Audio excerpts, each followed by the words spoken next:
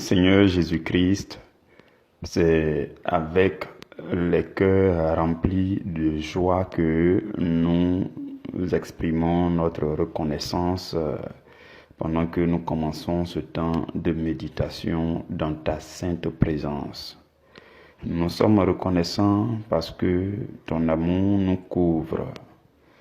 Nous sommes reconnaissants parce que tu nous gardes, tu nous protèges, tu nous préserves du mal. Nous sommes reconnaissants surtout parce que ta fidélité pour nous est un bouclier et une cuirasse. Nous te bénissons et nous sommes joyeux de nous retrouver encore aujourd'hui dans ta présence par les liens du Saint-Esprit.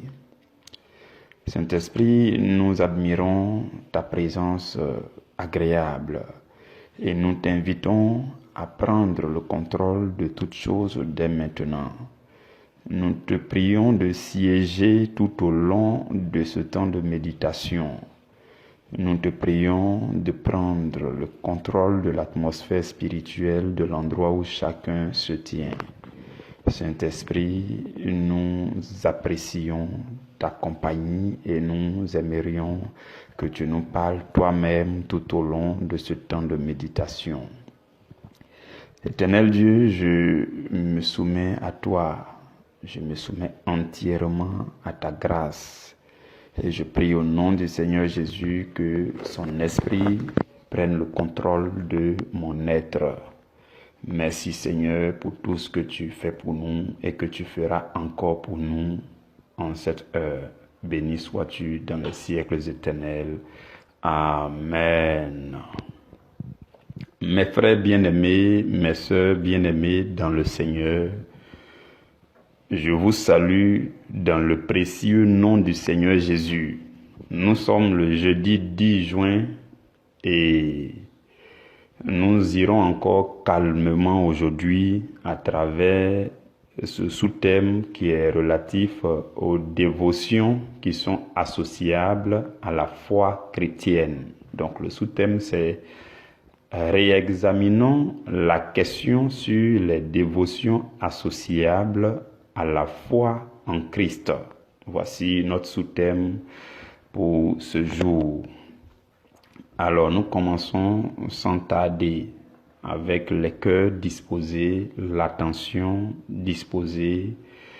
Nous entrons tout de suite dans le vif du sujet. Le Saint-Esprit est à l'œuvre pour nous affermir, pour nous parler, pour nous faire du bien, pour ôter les voiles de dessus de nos entendements, pour faire tomber les écailles de nos yeux, pour illuminer les yeux de nos cœurs, pour nous affermir, nous fortifier et nous édifier et nous instruire. Béni soit son glorieux nom. Réexaminons la question sur les dévotions qui sont associables à la foi en Christ. Associable, ça veut dire qu'on peut associer. Si tu n'as pas associé, tu n'as pas tort.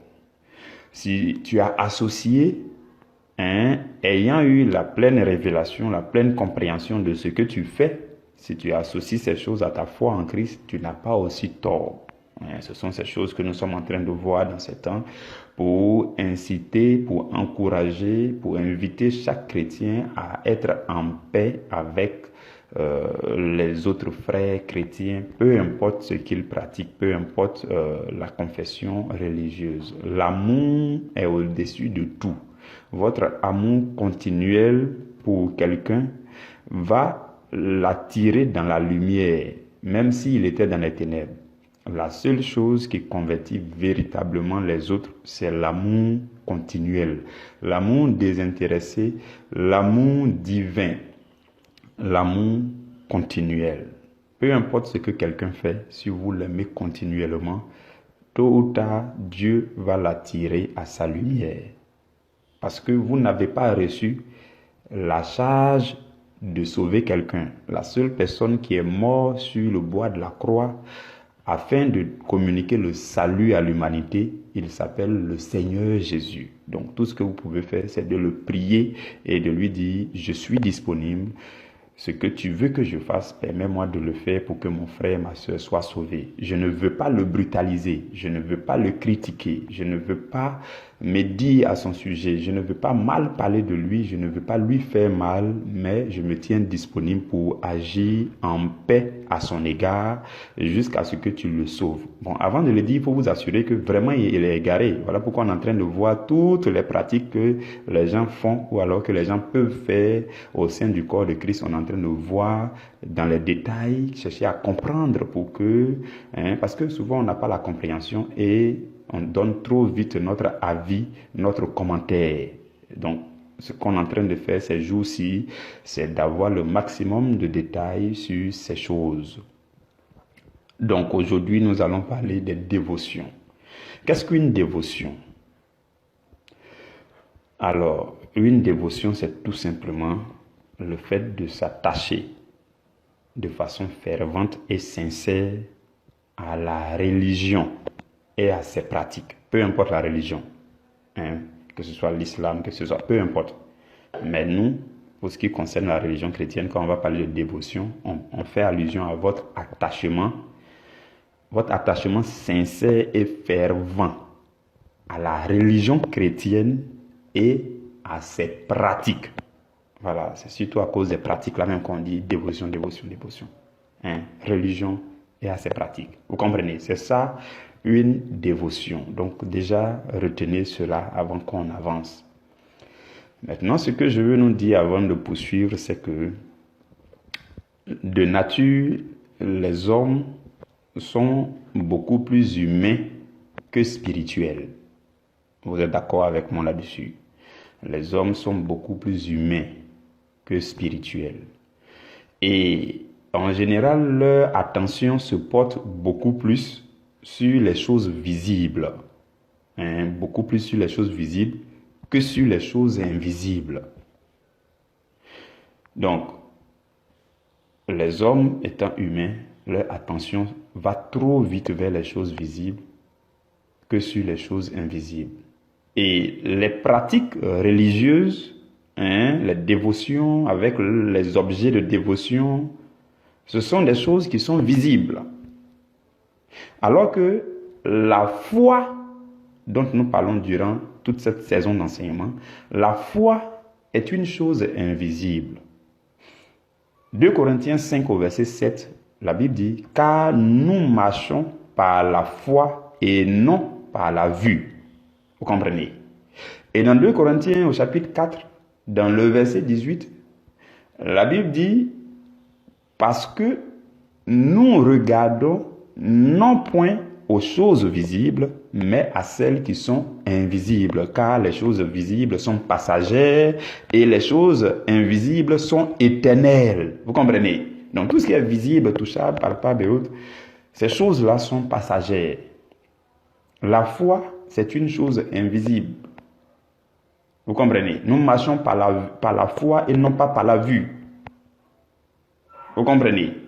Par exemple, quand la Bible dit les choses visibles sont passagères, les choses invisibles sont éternelles, par exemple, lorsque vous prenez l'âme et puis l'esprit, ces deux choses sont invisibles. Vous ne voyez pas l'âme de quelqu'un avec les yeux de votre corps. L'âme et l'esprit sont invisibles. La Bible dit l'âme se trouve dans le sang. Donc, quand vous fouillez dans le sang, comment vous pouvez voir l'âme? Mais en tout cas, ce n'est pas visible. L'âme et l'esprit sont invisibles avec l'œil physique. Voilà pourquoi l'âme et l'esprit ont la capacité d'exister éternellement. Mais le corps est visible. Voilà pourquoi aussi le corps passera et finira dans une tombe. Vous comprenez? Hébreux au chapitre 11, dans le verset 3, la Bible dit « C'est par la foi que nous reconnaissons que le monde a été formé par la parole de Dieu, en sorte que ce qu'on voit n'a pas été fait de choses visibles. » Vous comprenez? Donc la foi et la parole de Dieu sont des choses qu'on ne voit pas. La parole vivante de Dieu qui sort de la bouche de quelqu'un. Par exemple, quand je parle là, c'est quoi vous voyez? C'est un audio, vous voyez là-bas, mais c'est un son que vous entendez, vous ne voyez pas le son qui passe là. Donc la parole de Dieu et la foi sont des choses qui sont invisibles, on ne voit pas. mais on sent ça, on peut constater leurs actions. Donc, ce sont elles qui appellent à l'existence les choses qui n'existaient pas. Donc, les choses qui ne sont pas visibles, c'est avec ces choses qu'on appelle à l'existence visible les choses qui n'existaient pas. Vous comprenez? Donc, pour le chrétien, ce que je veux nous dire, c'est que pour le chrétien, il existe deux types de dévotion. Deux types de dévotion. Donc, je suis en train de faire l'introduction comme ça. On va rentrer dans le vif du sujet. Retenez que pour le chrétien que vous êtes et que je suis, il y a deux types de dévotion. Il y a la dévotion à la religion chrétienne et il y a la dévotion à la foi chrétienne. C'est très important de retenir ces deux choses. Ça sera capital pour vous, pour votre propre vie chrétienne.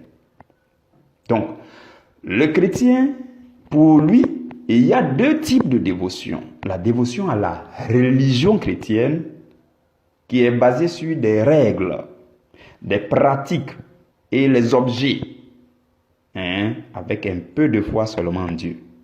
C'est ça la dévotion à la religion chrétienne. La dose de foi ne dépasse pas l'attachement aux pratiques, aux objets, aux règles. On appelle ça la dévotion à la religion chrétienne. C'est différent de la dévotion à la foi chrétienne. La dévotion à la foi chrétienne est basée sur la foi en la parole de Dieu. Avec une modération dans l'utilisation des objets, dans l'attachement aux pratiques religieuses. Mais c'est la foi qui prend le dessus, c'est la foi qui domine. L'attachement à la parole. Et la Bible dit la foi vient de ce qu'on entend de la parole. Donc, on appelle ça la dévotion à la foi chrétienne. Donc, il y a la dévotion à la religion chrétienne et il y a la dévotion à la foi chrétienne. Retenez déjà ces deux choses. Frères et sœurs, si la foi était une personne, elle allait vous dire qu'elle est plus spirituelle que religieuse. Du coup, un homme de foi, une femme de foi, c'est quelqu'un qui est plus spirituel que religieux. Retenez toutes ces choses. Vous comprenez? Donc pour aujourd'hui, nous allons voir un peu plus détaillé la dévotion à la religion chrétienne. On va s'attarder là-dessus aujourd'hui. La dévotion à la religion chrétienne. Quand on parle de dévotion, sans préciser même, c'est à la religion chrétienne. Maintenant, nous qui cherchons à devenir spirituels, on doit comprendre que il y a une autre dévotion pour le chrétien qu'on appelle la dévotion à la foi chrétienne. Ça, on va bien parler de ça à partir de demain, après-demain. Les 2 derniers jours de cette semaine, on va bien parler de ça là-bas. Vous comprenez? Donc, la dévotion à la religion chrétienne, c'est de ça que nous allons parler aujourd'hui. Je veux d'abord parler de la dévotion à Dieu lui-même. La dévotion à Dieu. La dévotion à Dieu, c'est en fait la dévotion à Dieu le Père, Dieu le Fils et Dieu le Saint-Esprit. Donc la dévotion à la Sainte Trinité. La seule dévotion qui est biblique, qui est vraiment biblique sans discussion dès qu'on est chrétien, c'est la dévotion à la Sainte Trinité. Dieu le Père, Dieu le Fils, Dieu le Saint-Esprit. Donc l'attachement à Dieu seul. Dès que vous devenez chrétien, c'est le premier chemin qu'on vous montre, l'attachement à Dieu le Père, Dieu le Fils, Dieu le Saint-Esprit. Dieu, 3 en une seule personne, la Trinité Sainte, 3 personnes en une personne. Vous comprenez? Maintenant, dans l'attachement à Dieu, on parlera des objets. Vous voyez, on parle d'objets de dévotion. Objets de dévotion. Donc, je vais nous parler de 3 objets de dévotion rapidement. Il y a la croix. Bon, c'est 2 en quelque sorte. Il y a la croix simple. La croix simple. Vous prenez une croix, que ce soit en métal, que ce soit en bois, la croix simple. Ça dit que sur cette croix, on ne voit pas si c'est Jésus qui est dessus ou bien si c'est quelqu'un d'autre qui est dessus. Il y a la croix simple. On voit ça souvent, fréquemment. Souvent, vous voyez devant la porte de quelqu'un, le domicile des gens, vous voyez la croix ou bien sûr le cou utilisé comme médaille, ainsi de suite. La croix. Vous êtes d'accord avec moi? Quand vous voyez quelqu'un avec une croix sur son cou, automatiquement, vous pouvez vous pouvez présumer que la personne est chrétienne. Donc, c'est un objet de dévotion à Dieu. Pourquoi? Parce que Jésus-Christ est mort sur le bois de la croix. Et donc, depuis lors, le symbole de la croix fait partie des symboles de la vie chrétienne. Maintenant, il y a des chrétiens qui disent, nous, la croix là, on ne va pas mettre Jésus dessus, parce que Jésus n'est plus sur la croix. Nous, on veut la croix simple. Ils n'ont pas tort. Vous comprenez? Ils n'ont pas tort. Personne n'aura tort ici. Ils n'ont pas tort. Mais bon, on peut se demander si c'était... Parce que Jésus a été crucifié avec 2 autres personnes. Maintenant, ta croix là, c'est à l'intérieur de toi que tu as la conviction que toi, ta croix là, c'est pour Jésus. Voilà pourquoi il dit que tu n'as pas tort. Parce que la foi, c'est à l'intérieur. Donc toi, tu as une croix. On ne sait pas si c'était la croix de celui qui était à gauche de Jésus, ou bien celui qui était à droite de Jésus, ou bien des gens qu'on crucifiait avant Jésus. On ne sait pas. Mais toi, tu as une croix.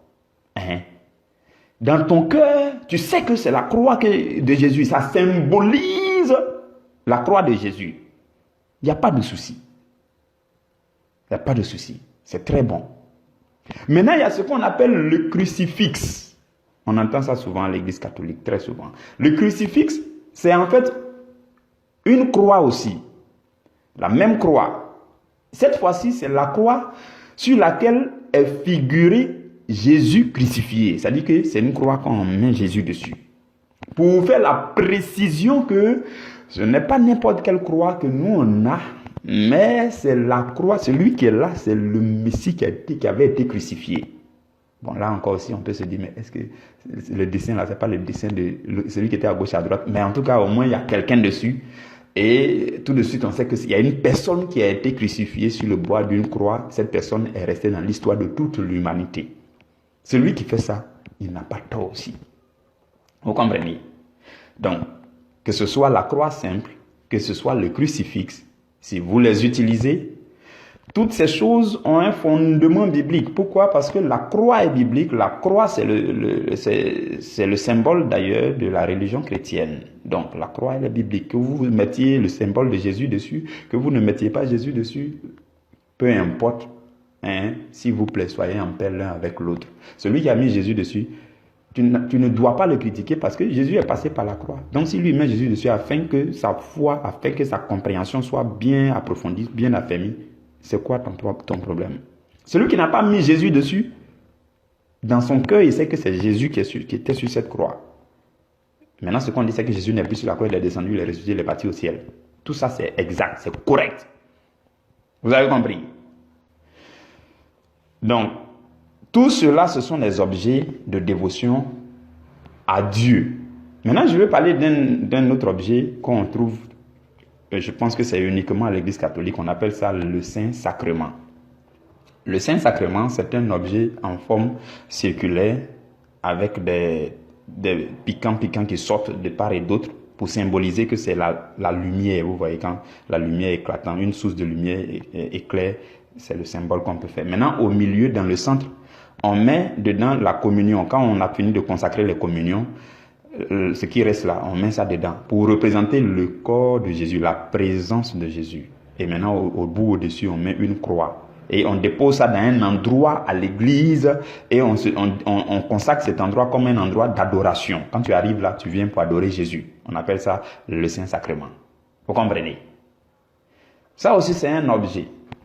Tout ce qui est dedans n'est pas, on va dire, ça a un sens. Tout ce qui est dedans, ça a un sens. Lumière, pour dire que Jésus est source de lumière. Enfin, il est la lumière, la véritable source de lumière. Ce qui est dedans, le pain, le reste de pain consacré pour la communion, le reste qu'on met dedans, ça représente le corps de Jésus. Et il y a la croix et on consacre ça comme un lieu d'adoration. On dit, bon, tous ceux qui veulent adorer calmement pour être vraiment dans la présence de Dieu, vous pouvez venir dans cet endroit. En le faisant là, est-ce que Dieu se sent insulté? Non. Donc, il ne faut pas que quelqu'un se sente insulté. Tu peux trouver bizarre. Tu as raison de trouver ça bizarre. Mais tu peux choisir de te calmer. Tu peux choisir de ne pas de te taire. Tu peux choisir de ne pas faire un commentaire bizarre là-dessus. Parce que tu ne comprends pas, tu te calmes. Vous comprenez? Mais en tout cas, ça fait partie des objets qui permettent aux hommes de de mieux s'attacher à leur Dieu.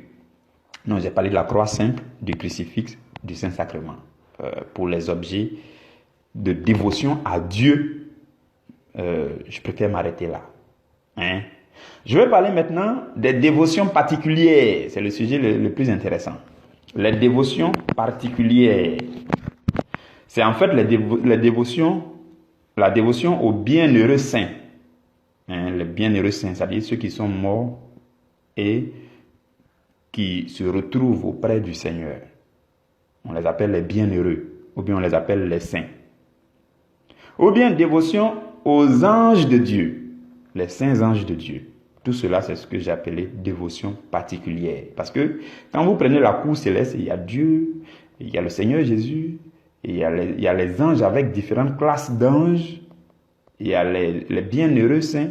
On va vous parler des 24 vieillards, ainsi de suite, avant même que d'autres montent au ciel. Donc, les hommes qui meurent ici dans le Seigneur se retrouvent aussi dans la cour céleste. Il y a aussi les saints là-bas, il y a les archanges, il y a les anges, ainsi de suite, ainsi de suite. Tout cela forme la cour céleste. Maintenant, le fait de s'attacher à eux.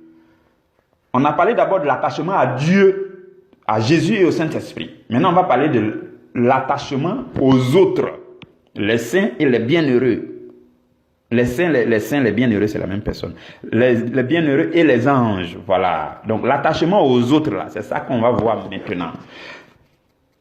La première chose dans cette partie, c'est que on trouve des chrétiens qui prient avec l'aide des saints. Des chrétiens qui prient avec l'aide des bienheureux.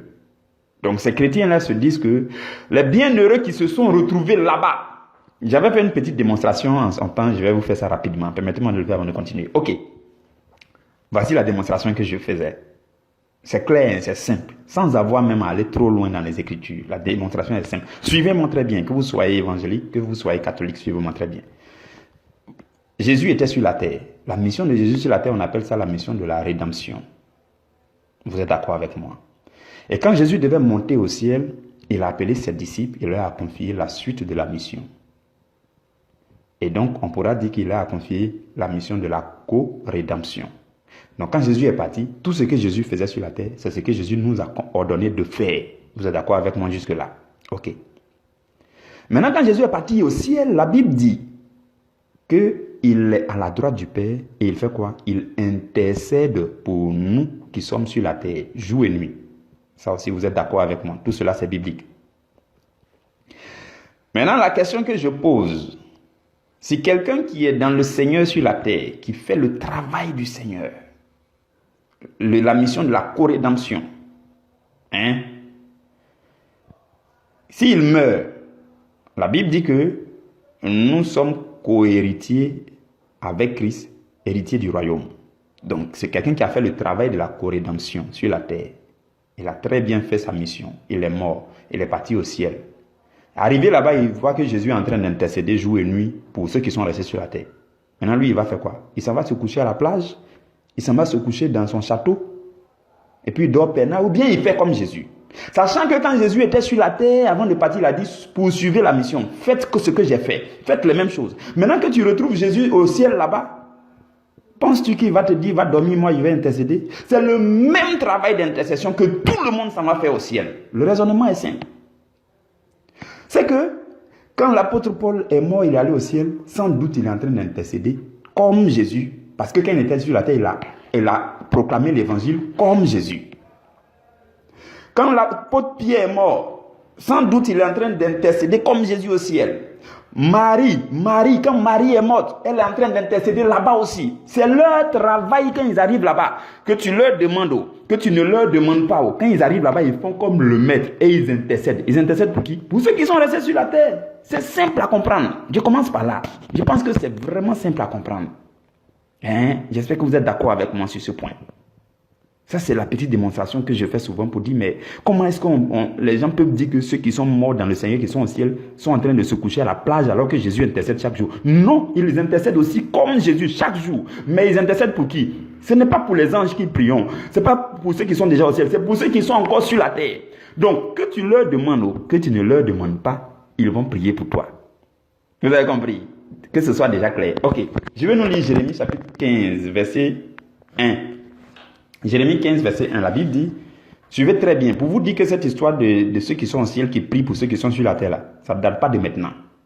Seulement qu'il faut trouver dans la Bible où est-ce que la Bible en parle. Jérémie 15, verset 1.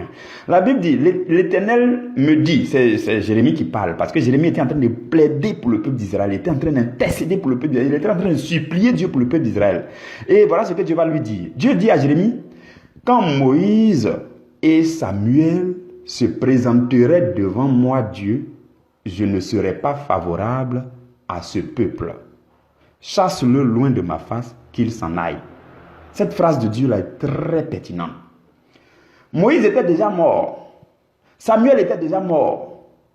Et on est arrivé au temps de Jérémie. Et Jérémie est en train d'intercéder pour le peuple. Et Dieu prend la parole pour dire, Moïse qui est déjà mort, Samuel qui est déjà mort, même si eux ils me prient, même si eux ils me demandent, même s'ils se présentent devant moi pour prier pour le peuple d'Israël, je ne vais pas répondre. Ça veut dire quoi? Le fait de prier avec l'aide des bienheureux qui sont déjà auprès de Dieu est une chose dont Dieu lui-même il en parle. Ça veut dire que c'est une chose normale. Vous comprenez, hein? La Bible nous renseigne sur beaucoup de choses. Malheureusement, on ne connaît pas, mais on critique, on parle. Hein? Tu es homme de Dieu, même c'est toi qui parles de ça sur la chair. Je préfère que tu te calmes, que tu fais des recherches. Pardon, on va te former dans la Bible. Quand tu seras prêt, tu vas venir parler devant le peuple. Le peuple de Dieu est sacré. On n'ouvre pas la bouche devant le peuple de Dieu pour dire des choses qui vont affecter les cœurs. Donc, on a entendu souvent les gens dire des choses qui ne sont pas bibliques. Vous comprenez? Donc, le fait que Moïse et Samuel se présentent devant Dieu pour demander à Dieu de faire faveur au peuple d'Israël, c'est une chose que Dieu trouvait normale parce qu'il en a parlé à Jérémie. Vous comprenez? Ça, c'est dans l'Ancien Testament. Et avec la petite démonstration, la petite analyse qu'on venait de faire tout à l'heure, ça veut automatiquement dire que tous ceux qui meurent dans le Seigneur, qui se retrouvent au ciel, leur travail premier, c'est de faire comme Jésus qui est à la droite de Dieu, qui intercède jour et nuit pour ceux qui sont sur la terre. Donc toi qui es sur la terre, si tu veux, il faut les insulter. Si tu veux, il faut mal parler de Marie, elle va prier pour toi. Si tu veux, il faut insulter Marie, elle va prier pour toi. Si tu veux, il faut insulter Paul, il va prier pour toi. Si tu veux, il faut insulter Étienne, il va prier pour toi. Parce qu'il est arrivé là-bas, il fait comme le maître. Le maître intercède jour et nuit. Lui aussi, il intercède jour et nuit. Pour qui? Pour nous qui sommes ici. Maintenant, si tu lui demandes de le faire aussi, il va le faire. Vous comprenez, non? L'église catholique est une église profonde. Je la respecte beaucoup. Hein? C'est vrai qu'il y a souvent des maladresses, mais ce n'est même pas à cause de ces maladresses qu'on doit critiquer quelqu'un. On n'a pas le droit de mal parler. Il n'y a aucune raison suffisante pour critiquer une église. Tout le monde a ses défauts. Vous prenez une église évangélique, vous allez voir aussi là-bas qu'ils ont des choses bien graves qu'ils font. Hein? Mais on passe sur les erreurs des uns et des autres, on s'aime. C'est l'amour qui va faire que, frères et sœurs, on va tous aller à la lumière du Seigneur. Vous avez compris? Sinon, chacun a son défaut. Hein? Ok. Je pense que c'est suffisant dans cette partie. J'ai une autre référence biblique que je n'ai plus envie de lire parce que le temps avance. Hébreux chapitre 12, verset 18 à 24. Là-bas, vous allez trouver qu'à partir du verset 18, la Bible dit, vous ne vous êtes pas approché d'une montagne sainte. Bon, vous ne vous êtes pas approché de tant, et puis ça cite jusqu'à... Je vous laisse méditer. Hein. Maintenant, à partir du verset 22, la Bible dit, mais vous vous êtes approché de la montagne de Sion, de la cité du Dieu vivant, de Jérusalem céleste, des miracles. Donc, pour dire quoi? Nous qui sommes devenus chrétiens, nous ne nous sommes pas approchés de tant, mais nous nous sommes approchés de tant, et puis ça a commencé à citer. Quand vous lisez vers la fin du verset 23, la Bible dit, nous nous sommes aussi approchés des esprits des justes parvenus à la perfection. De qui s'agit-il? Si ce n'est ceux qui sont morts et qui sont auprès de Dieu. Donc, nous nous sommes approchés d'eux aussi. Approcher d'eux, ça veut dire sans doute demander leur aide pour qu'ils prient pour nous. Donc, si vous voyez quelqu'un en train de prier avec l'aide d'un bienheureux ou bien d'un saint, hein, ne soyez pas scandalisés. Vous comprenez? Donc, c'est dans cette catégorie que vous trouverez la prière du chapelet, par exemple. Ne soyez pas scandalisés. La prière avec l'aide des saints. Quand on dit saint, là, Marie n'est qu'une sainte parmi plusieurs saints. Et elle est la mère du Sauveur. Elle a droit à une considération. Si quelqu'un la considère, ne soyez pas scandalisés. Voilà, je préfère vous dire ça, car soyez calme. La prière avec l'aide des saints a un fondement biblique, comme nous venons de voir. Mais, pour ce qui concerne le chapelet, C'est beaucoup plus par révélation que ces choses ont été ordonnées. Parce que quand on prenait l'histoire des chapelets, la Vierge Marie et autres, on parle de l'apparition de la Vierge Marie ici, à Medjugorje, à Fatima, à ceci. Et quand elle apparaît, elle donne un message. Et puis les gens appliquent. Bon, en général, c'est pour un peuple, un village. Et puis après, ça devient généralisé aussi. Et puis ça va partout. Bon, mais en tout cas, ce sont des choses qui sont reçues par révélation. Si toi, tu es quelqu'un qui critique ça, et que demain, ça t'arrive là, on va même plus te reconnaître ici. C'est toi qui vas dire à tout le monde, faisons le chapelet, faisons le raisin, ainsi de suite. Donc, il faut te calmer. Ceux qui font ça, ils en ont eu une révélation et ils sont en train de faire ce qu'ils ont jugé bon de faire par rapport à la révélation. Toi qui n'en sais pas grand-chose, il faut te taire et laisse-les faire. Vous avez compris. Donc, chapelet, je n'irai pas dans les détails pour dire les paroles de chapelet sont bibliques, ainsi de suite. Vous pouvez le constater vous-même. Mais en tout cas, laissez-les faire. Ces choses ont un fondement biblique parce qu'on peut prendre, on peut prier avec l'aide des bienheureux saints. Vous avez compris? Ok. J'espère que c'est clair jusqu'à présent. Je vais parler maintenant de la prière avec l'aide des anges. Donc, il y a les bienheureux saints d'un côté, on vient de parler d'eux.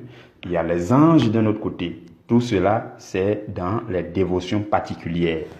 Donc, la prière avec l'aide des anges. Lisons dans Hébreux au chapitre 1, au verset 13. La Bible dit, « Auquel des anges a-t-il jamais dit, assieds-toi à ma droite jusqu'à ce que je fasse de tes ennemis ton marchepied » Bon, c'est le verset 14 qui nous intéresse. Le verset 14 dit, « Les anges ne sont-ils pas tous des esprits au service de Dieu, envoyés pour exercer un ministère en faveur de ceux qui doivent hériter du salut ?» Donc, les anges, c'est quoi leur travail? Ce sont des serviteurs. Ils sont au service de qui? Au service de Dieu. Ils sont envoyés pour quoi? Pour exercer leur ministère en faveur de qui? De nous qui devons hériter du salut. Vous avez compris ça? Donc, les saints anges là, leur mission, c'est déjà de nous servir. Donc, le fait de demander l'aide d'un serviteur ne devrait pas être vu comme un scandale. On dit le gars il est déjà serviteur. Maintenant, quelqu'un se met à genoux pour dire tel ange vient à mon aide, archange Michel vient à mon aide. Et puis toi, tu trouves que c'est scandaleux. Mais en fait, l'archange Michel, il est déjà serviteur. Gabriel est déjà serviteur. Donc, si quelqu'un se met à genoux pour dire Gabriel vient à mon aide, il n'est pas en train de blasphémer, il est en train de demander l'aide de son serviteur. On dit les anges, leur travail, c'est d'accomplir leur mission pour nous, en faveur de ceux-là qui doivent hériter du salut. C'est nous les hommes. Donc, que tu demandes l'aide d'un ange ou que tu ne demandes pas, son travail, c'est de te servir. Vous avez compris?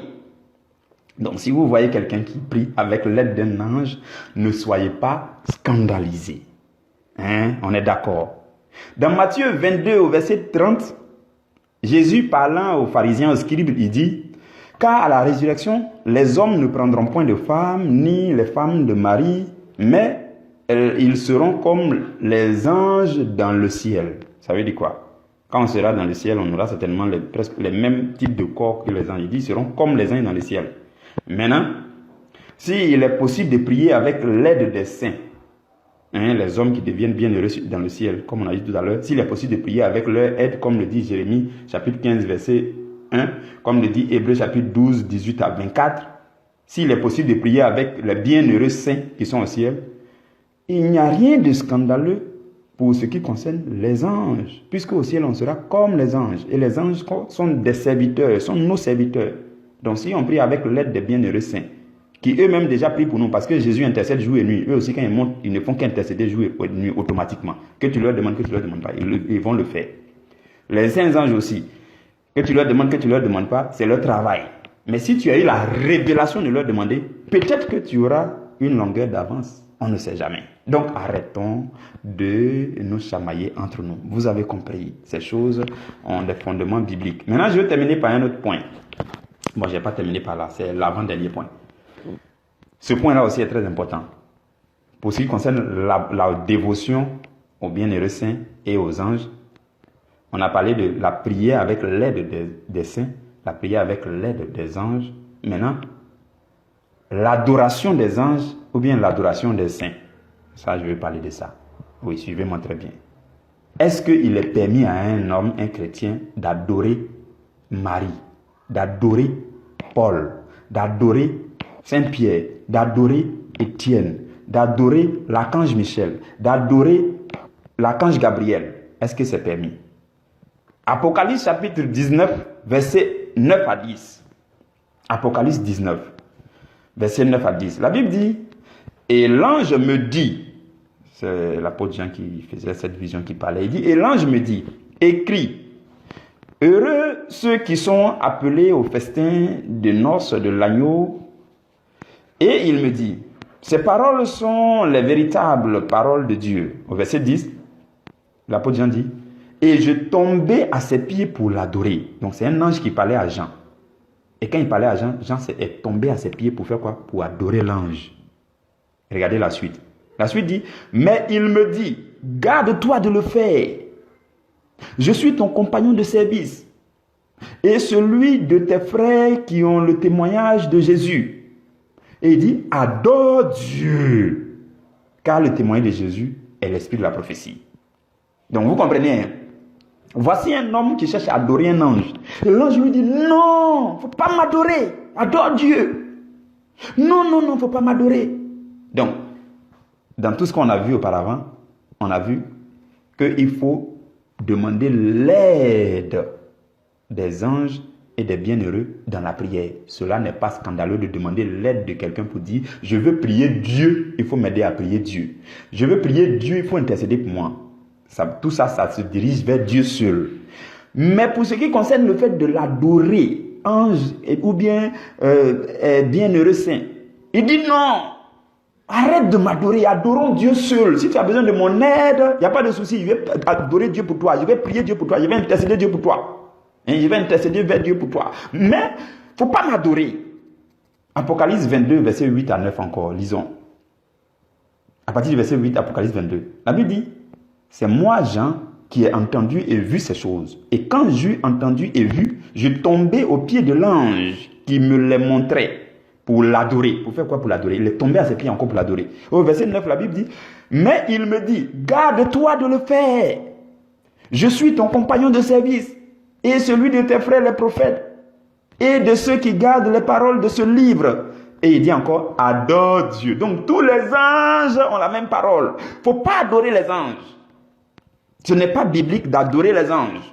Si vous le faisiez déjà et que vous en avez la révélation aujourd'hui, vous arrêtez de le faire. Par contre, vous pouvez demander l'aide des anges dans la prière parce qu'ils sont au service des hommes. Ils sont là pour vous servir. Mais il ne faut pas les servir, il ne faut pas les adorer. Non, il faut servir Dieu, il faut adorer Dieu. Les saints, Mario, Paulo, Étienne, Jean, Philippe, tous ceux-là qui sont saints, qui sont auprès de Dieu, il ne faut pas les adorer. Il faut adorer Dieu seul. Par contre, vous pouvez le demander, intercède pour moi. Intercède pour moi. C'est ce que l'église catholique fait. Les vrais catholiques, c'est ce qu'ils font. Maintenant, les faux catholiques qui exagèrent sur les bords là, ils commencent à adorer Marie. Marie n'a pas dit qu'il faut l'adorer. Non. Tu peux demander son aide dans la prière. Quand vous faites le chapelet, il n'y a aucune parole dedans qui dise que Marie, vous êtes là pour adorer Marie. Non. Vous comprenez? Là, il y a une partie qui dit priez pour nous pauvres pécheurs. Il faut prier pour nous, c'est pas pour nous on est venus t'adorer. Non! Comprenez ça, si vous êtes catholique, soyez bon catholique. Si vous êtes évangélique, soyez bon évangélique. Si vous êtes méthodiste, soyez bon méthodiste. Sachez ce que vous faites. Vous avez compris? Et recherchez les indices bibliques qui vont vous aider à bien faire ce que vous avez à faire. Vous avez compris? Donc l'adoration aux anges, les adorations aux anges ne sont pas bibliquement recommandées par les anges eux-mêmes. Les anges eux-mêmes, ils refusent. Les bienheureux refusent que vous les adoriez. Vous comprenez? Le but de nos relations avec les bienheureux et les anges devrait être de nous conduire vers Dieu et d'approfondir notre attachement à Dieu seul. Vous comprenez? Par contre, on peut demander l'aide d'un bienheureux, l'aide d'un ange, sans s'attacher à lui pour détourner notre regard de Dieu. Ça serait grave. Vous avez très bien compris. J'espère que c'est vraiment clair. On est allé point par point pour que ça soit clair.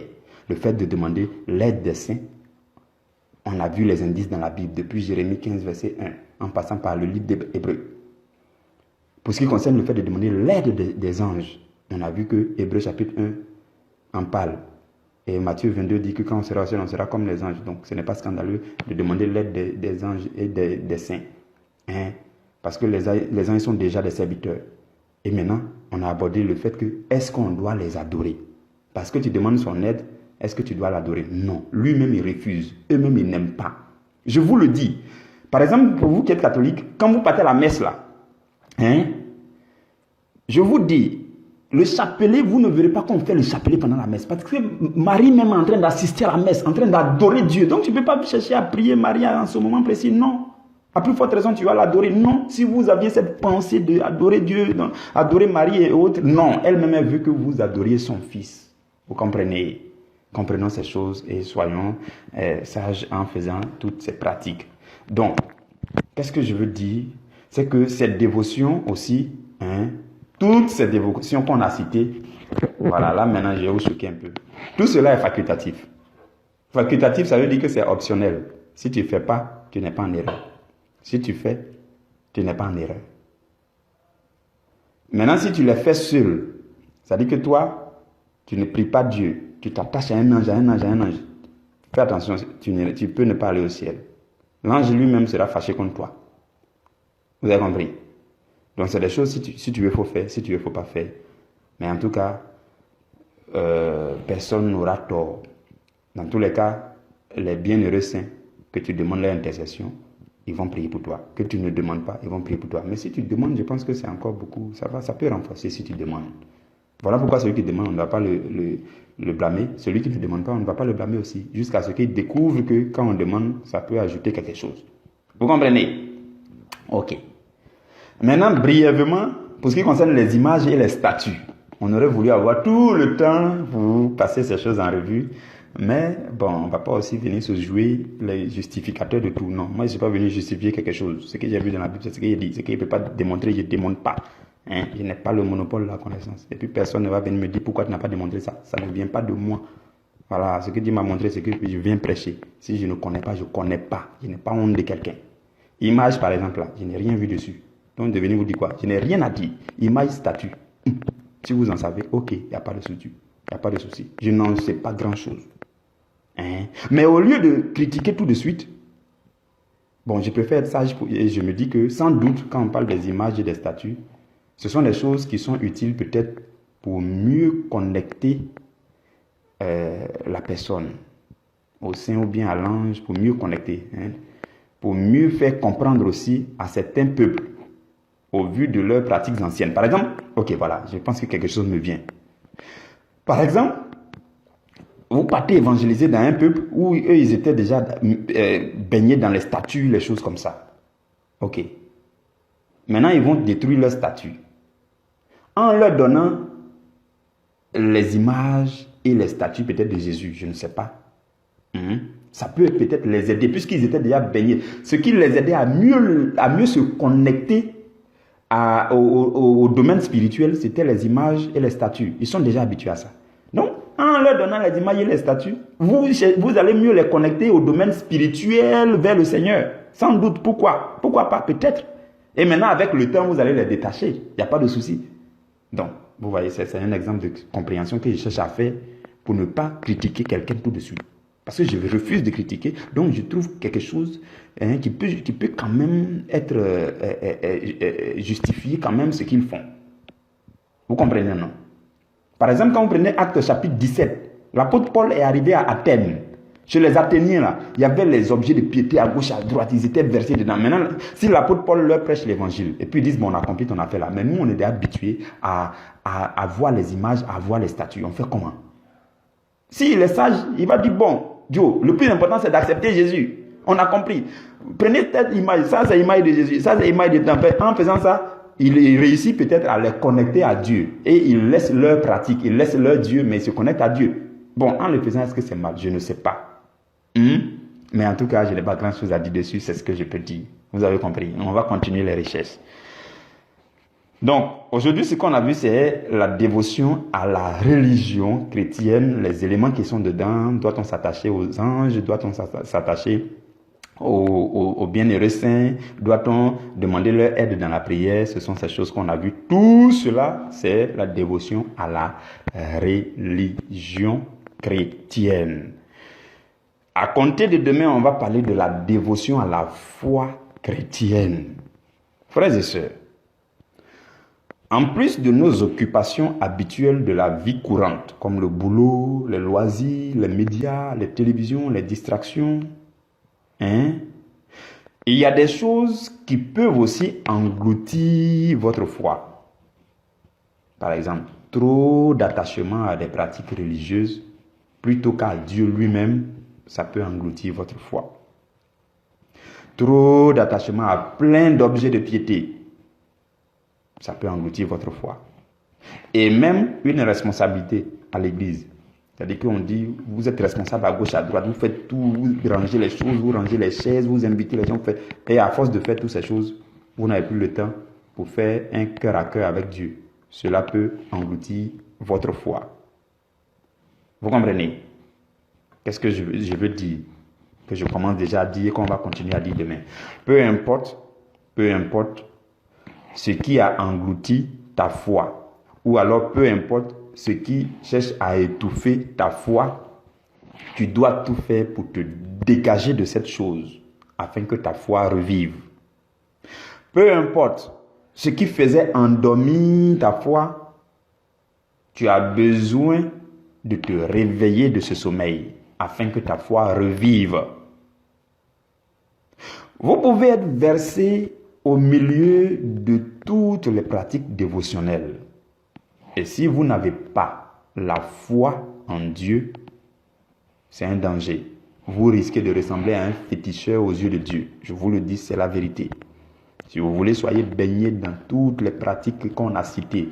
Huile d'onction en haut, l'eau bénite en bas, chapelet à gauche, encens à droite.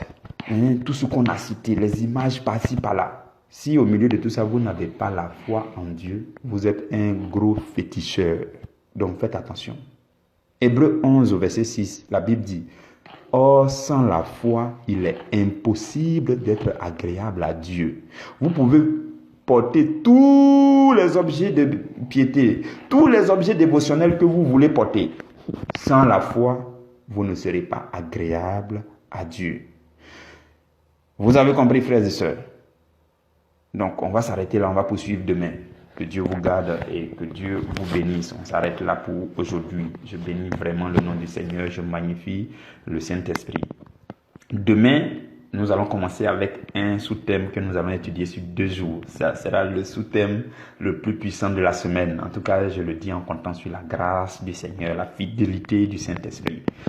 Le sous-thème, c'est l'autorité de notre foi en Christ surpasse toute pratique supplémentaire. On a cité les pratiques, on va revenir dessus et puis on va démontrer le sens spirituel de chaque pratique. Que Dieu vous bénisse, que Dieu vous garde. Demeurez connectés. Rendez-vous demain à la 1re heure.